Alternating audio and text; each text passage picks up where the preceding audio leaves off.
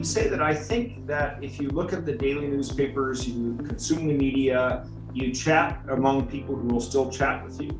The one thing that's happened here is in an occasion of crisis relating to people dying, there has been very, very little in our general society about what that means, what life and death means for us.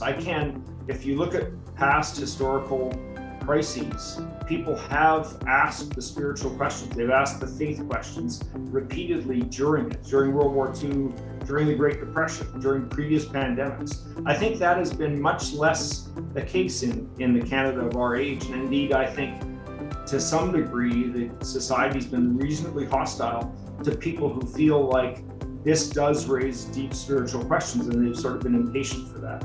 So I do think there's a sense in which our fellow Canadians do not understand that people of faith do things because they're people of faith, and not purely because it's the right thing to do from a utilitarian perspective or the caring thing, but that we're driven by the dictates of our faith, not just the Christian faith, but other faiths. And I think it's interesting to me how there's very little civic understanding of what people do when they're responding to a faith voice in their lives.